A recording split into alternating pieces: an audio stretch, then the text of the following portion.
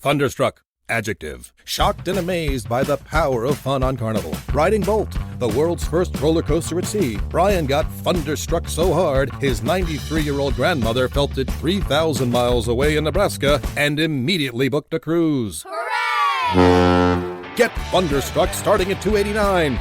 Carnival. Choose fun.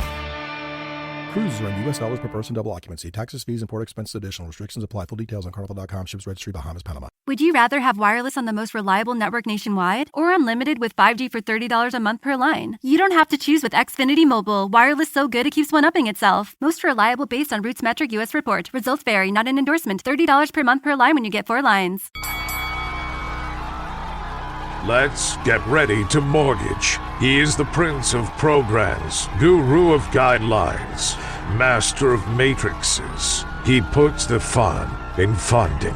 Please welcome Mark, Mr. Mortgage Eitel. All right, so we are back.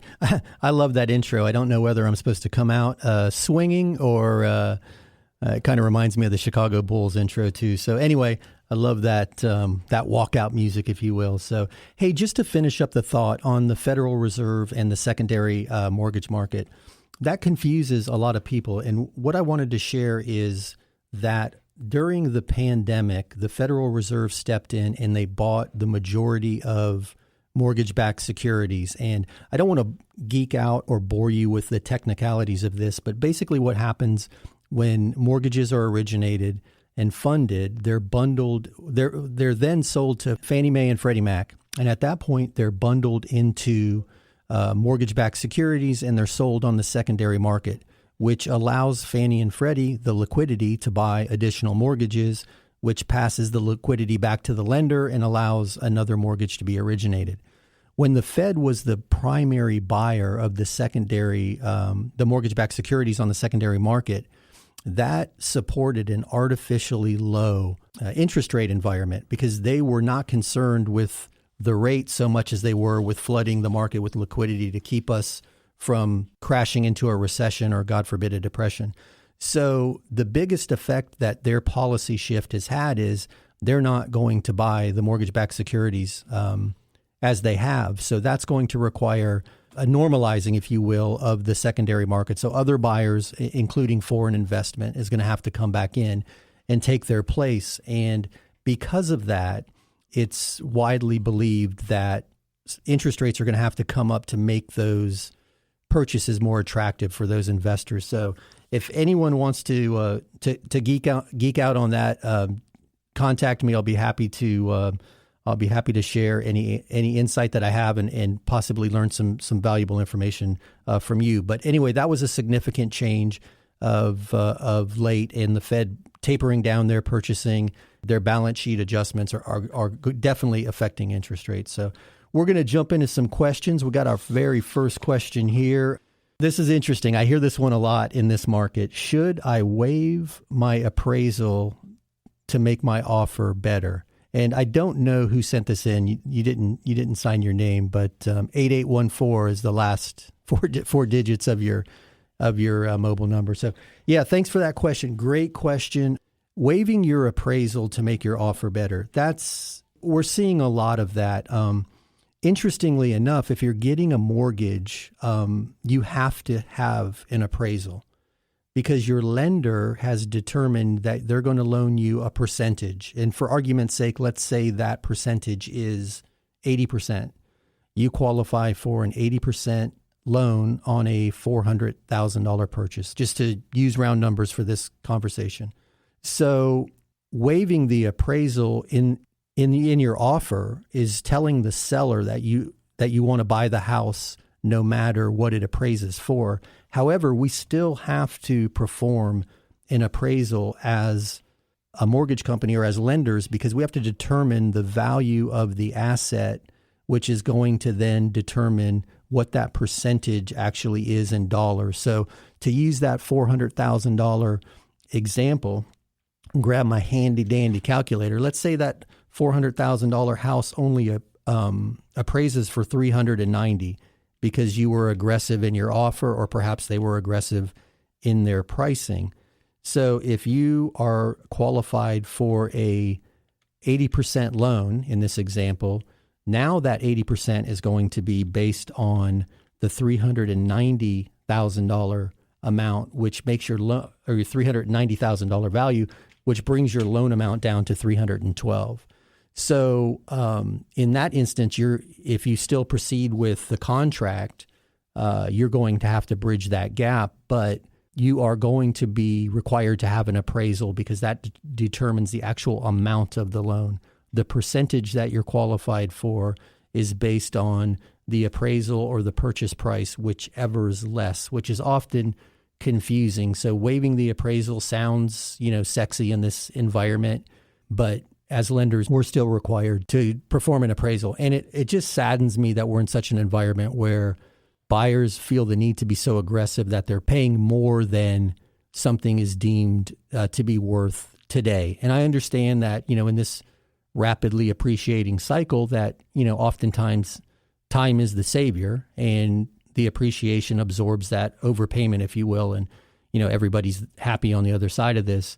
But in a slower appreciation cycle, it's going to take much longer to recoup that overage, if you will. But I do also understand that in this environment, people are getting aggressive with their offers. So to answer your question, should you waive the appraisal? The answer is that's up to you. Do you want to buy the house regardless of the value? And are you prepared to bridge that gap? From a lender's standpoint, even if you waive the appraisal in your offer, we're still going to need to perform that appraisal to determine the actual loan amount. And that's often an interesting conversation that we have as lenders with listing agents, because when we call to schedule the appraisal, it's often with the listing agent as they have access to the property and access to the seller's schedule.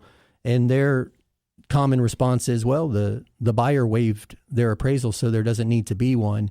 And, we just spend a few minutes to walk them through the explanation that I just gave you, that we do need one in the sense of determining a loan amount. So to answer your question, should you waive the appraisal, I'm going to leave that in your hands. Hopefully that explanation of why a lender needs an appraisal makes sense and is helpful. And if you want to elaborate on that, you can visit the website, mr.mortgage, and hit the contact us box and fill out the question and I'll be happy to answer your question off air on that, or get you more information if you need it. So I appreciate that question. So yeah, waiving the appraisal, I'm leaving that one in your hands.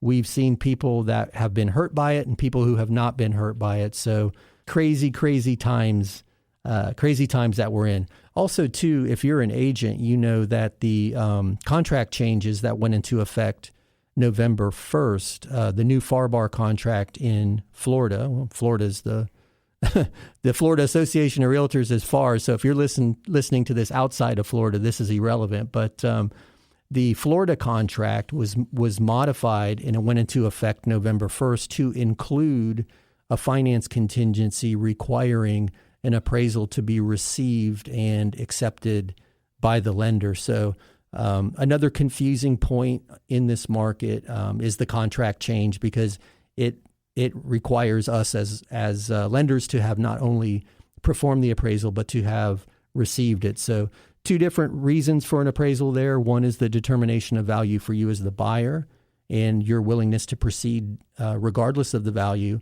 And then the second is, as I mentioned, for us as lenders to determine the actual amount of the loan. So just remember, the loan approval is a percentage of appraisal or purchase price, whichever's less. So hopefully you found that helpful. I know we get that question quite often in this market, and it's a sticky one. But if appreciation keeps at this pace, then paying a few $1,000s over may not be an issue. But your lender is going to require an appraisal to determine the actual loan amount. So keep that in mind. And we're going to come back after this break and answer some more of your questions. In the meantime, if you have questions, feel free to text them into the text line, which is 561-291-8569, 291-8569, or visit the website mr.mortgage and hit the Contact Us button. We'll be right back.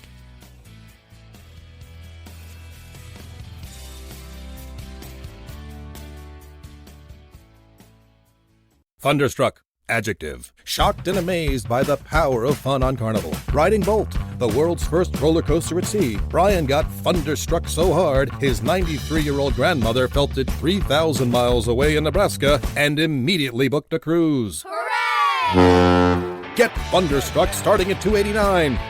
Carnival. Choose fun.